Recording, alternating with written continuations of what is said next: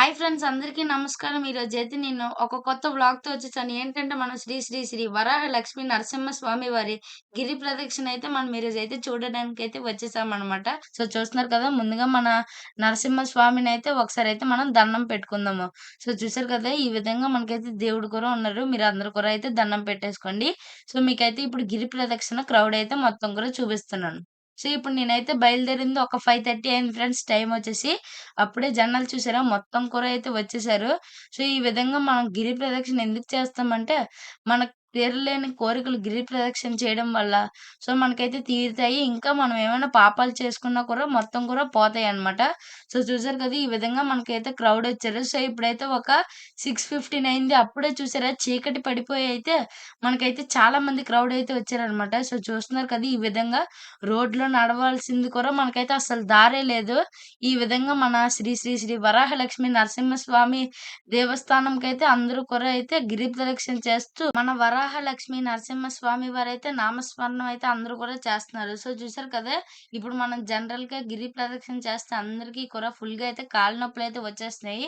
So కాళ్ళ నొప్పులు వచ్చేస్తున్న వాళ్ళకైతే ఇక్కడ ఒక ఫ్రీగా అయితే కాళ్ళ నొప్పులు ఎవరికైతే గిరి ప్రదక్షిణ చేసే వాళ్ళకైతే కాళ్ళ నొప్పి వస్తదో సో వాళ్ళకైతే ఇక్కడ ఆయింట్‌మెంట్ రాసేసి, ఇంకా ఆయిల్ పెట్టేసి, ఫుల్‌గా మర్దన చేసేసి, హాట్ వాటర్‌తో అయితే వాళ్ళైతే సేవ చేస్తున్నారు. సో, చూసారు కదా! వీళ్ళందరూ కూడా పాపం ఒక 11:30, 1:00కే మొత్తం కూడా అయితే మొత్తం రెడీ అయిపోయి, గిరి ప్రదక్షిణకైతే స్టార్ట్ అయిపోయారు. సో, ఇలా అయితే వీళ్ళైతే ఇక్కడ మసాజ్ అన్నది చేసుకుంటున్నారు.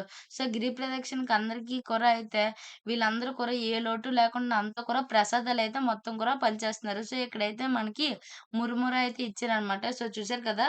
మనకి ప్రసాదం కూడా చాలా లైన్ అయితే ఉంది. సో, పద్ధతిగా లైన్‌గా అయితే క్యూ మెయింటైన్ చేశారనమాట. అందరూ కూడా ఏ తోపులాట ఏటి అవ్వకుండా కూడా మెల్లగా లైన్‌గా అయితే ఫార్మ్ చేశారు. సో, నేను కూడా ఒక మురుముర అయితే తీసేసుకున్నాను.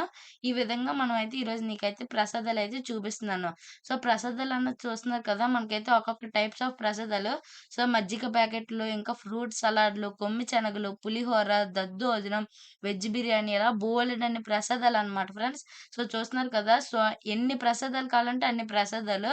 సో, వీళ్ళు గిరి ప్రదక్షిణ చేసే వాళ్ళకి, ఇంకా మామూలు వాళ్ళకి ఫుల్‌గా అలసట లేకుండా ఫ్రూట్ సలాడ్ అవన్నీ కూడా ఇచ్చైతే అయితే వస్తుందనమాట ఈ విధంగా. సో, చూస్తున్నారు కదా! మొత్తం కూడా మనకైతే నెయ్యి వేసి అన్నీ కూడా మంచిగా హైజీనిక్‌గా అనేది అందరూ కూడా ప్రసాదాలనేది ఇస్తున్నారు.